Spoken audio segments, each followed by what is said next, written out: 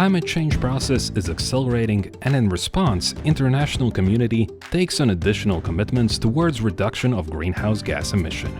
According to the European Environment Agency information, EU 27 greenhouse gas emissions in 2019 declined by 24% compared to 1990 levels.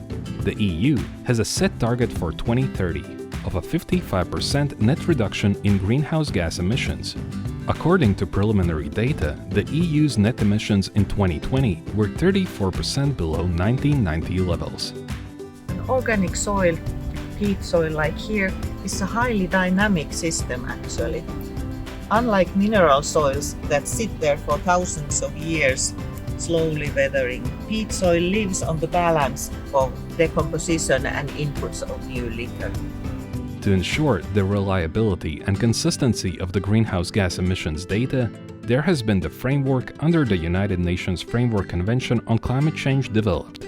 The Greenhouse Gas Inventory is the system for reporting and accounting of greenhouse gases emitted to or removed from the atmosphere.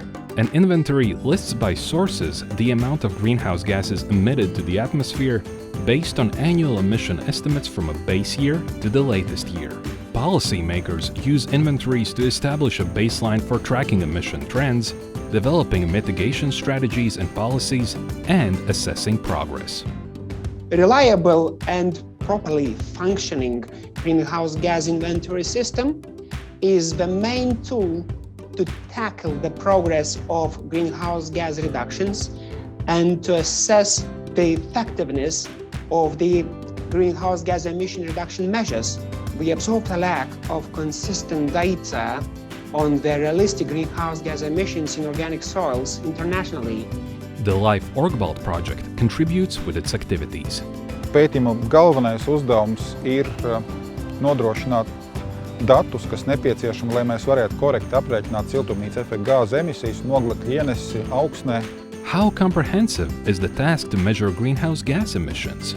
It's quite a complex issue because greenhouse gas emissions, they're not stable, they change over time, they change during a day. So therefore you need to measure constantly and for long periods to get a complete picture what happens there in the balance of the carbon stores and the greenhouse gas fluxes of the sites. You cannot only use one approach to measure all, so you have to develop different methods to measure. In LIFE OrgBalt project, we are performing measurements in agricultural and forest land, with nutrient-rich drained organic soils, with different land use types and different moisture and other factor conditions. We are measuring three main greenhouse gas emissions: carbon dioxide, methane, and nitrous oxide, by performing soil heterotrophic respiration measurements, using closed chamber method and photosynthesis measurements using transparent chamber method. In addition, we are measuring and sampling other environmental data, such as groundwater level and chemical composition measurements, soil temperature, moisture measurements, and soil chemical composition measurements. In parallel, we are measuring above-ground and below-ground biomass production, including fine root production, litter production, and decomposition by litter and biomass production. There are slight differences in measurements in agricultural lands and forest lands.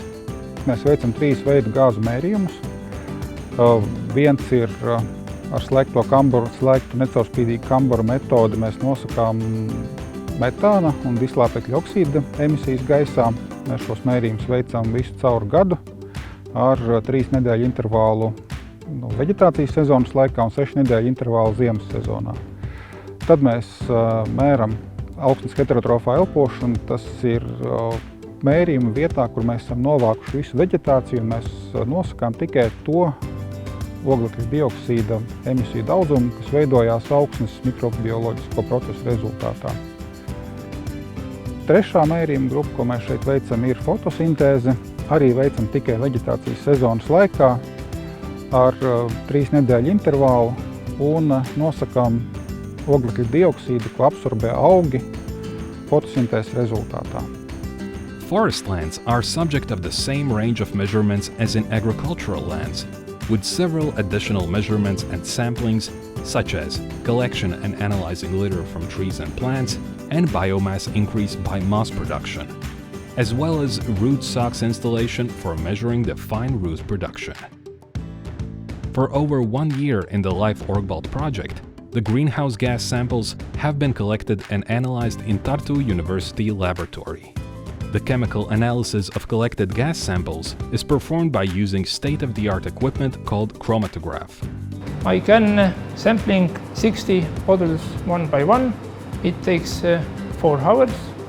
Firstly, I put all this to the sampler and prepare this file with these names of these fields. And then analysis will start, but before that the system clears all the pipes and look that everything is correct and there is no leaks. There are several emission factors estimation methods to produce credible and traceable high-quality data for national greenhouse gas inventory. An emission factor allows estimation of greenhouse gas emissions per unit of activity. It is the average emission rate of a given source relative to units of activity or process. Other environmental data gathered on site helps to explain and understand the greenhouse gas emission factor. Number of studies enabling forming annual soil greenhouse gas balance for nutrient-rich drained organic soils has been relatively modest, despite of the importance of these soils as sink or source of greenhouse gases. The Intergovernmental Panel on Climate Change, as the United Nations body for assessing the science related to climate change, in 5th Climate Change Evaluation Report in 2014, included at that time available scientific data from 8 to 13 monitoring sites in the category of drained organic forest soils in temperate climate zone. Life OrgBalt aims to increase greenhouse gas data availability and to improve understanding on greenhouse gas emissions in nutrients-rich organic soils by gathering the data from measurements and samplings in 53 monitoring sites of the project, including 17 demonstration sites and 36 reference sites in different land uses and land use conditions. The project will contribute to more transparent, accurate, completed, comparable and consistent data to national greenhouse gas inventory, thereby supporting efforts to mitigate and adapt to climate change.